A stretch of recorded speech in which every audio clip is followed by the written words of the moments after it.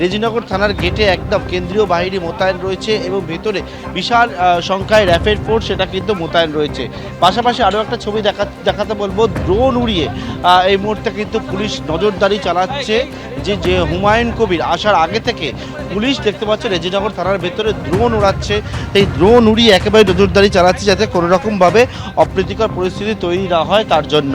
হুমায়ুন কবির যে মন্তব্য করেছেন সেই মন্তব্যের পরিপ্রেক্ষিতে মামলা হয়েছে এবং এই মামলার পর তুমি জানো যে ইতিমধ্যে যে দুজনকে মোট 3 জন গ্রেপ্তার হয়, তার মধ্যে রেজিনগর থানার যে মামলা সেই মামলায় 2 জনকে গ্রেপ্তার করা হয়েছে। আমার সহকর্মী সন্দীপ পালকে দেখাতে হলো ছবিটা, যে ড্রোন উড়িয়ে পুলিশ নজরদারি চালাচ্ছে, গেটের সামনে কেন্দ্রীয় বাহিনী মোতায়েন রয়েছে, গেটের ভেতরে র্যাফের বিশাল ফোর্স মোতায়েন করা হয়েছে এবং যারা হুমায়ুন কবিরের কয়েকজন অনুগামীরা এখানে আসছিলেন তাদেরকে কোনো রকমভাবে থানার সামনে যাতে ভিড় না হয় তার জন্য কিন্তু তাদেরকে সরিয়ে দেওয়া হচ্ছে। এবং যে কথা তোমায় বলছিলাম যে এই যে মামলা, সেই মামলা ইতিমধ্যে যারা যে মঞ্চ থেকে হুমায়ুন কবির বক্তব্য রেখেছিলেন রেজিনগরে, সেখানে যারা আয়োজক ছিলেন সেই আয়োজক 2 জনকে গ্রেপ্তার করা হয়েছে এবং এই মামলায় কিন্তু এফআইআর নেম অ্যাকিউজ তারা ছিল না। এফআইআর নেম অ্যাকিউজড হচ্ছেন হুমায়ুন কবির, অর্থাৎ নওদার আম জনতা উন্নয়ন পার্টির বিধায়ক।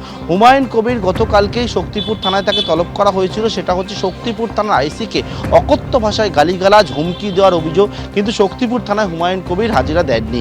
আজকে রেজিনগর থানায় হাজিরা, সেটা হচ্ছে যে একেবারে উস্কানিমূলক মন্তব্য করার অভিযোগ, হুমকি দেওয়ার অভিযোগ, বিদ্বেষমূলক একাধিক বিষয়, তার বিরুদ্ধে কিন্তু জামিন অযোগ্য ধারাতে মামলা এবং তাতে হুমায়ুন কবিরকে আজকে কিন্তু 11:30টার সময় হাজিরা দেওয়ার জন্য নির্দেশ দেওয়া হয় এবং সেই মতো একদম সঠিক সময় অর্থাৎ 11:30 3 মিনিট আগে হুমায়ুন কবির তিনি চলে আসেন রেজিনগর থানা।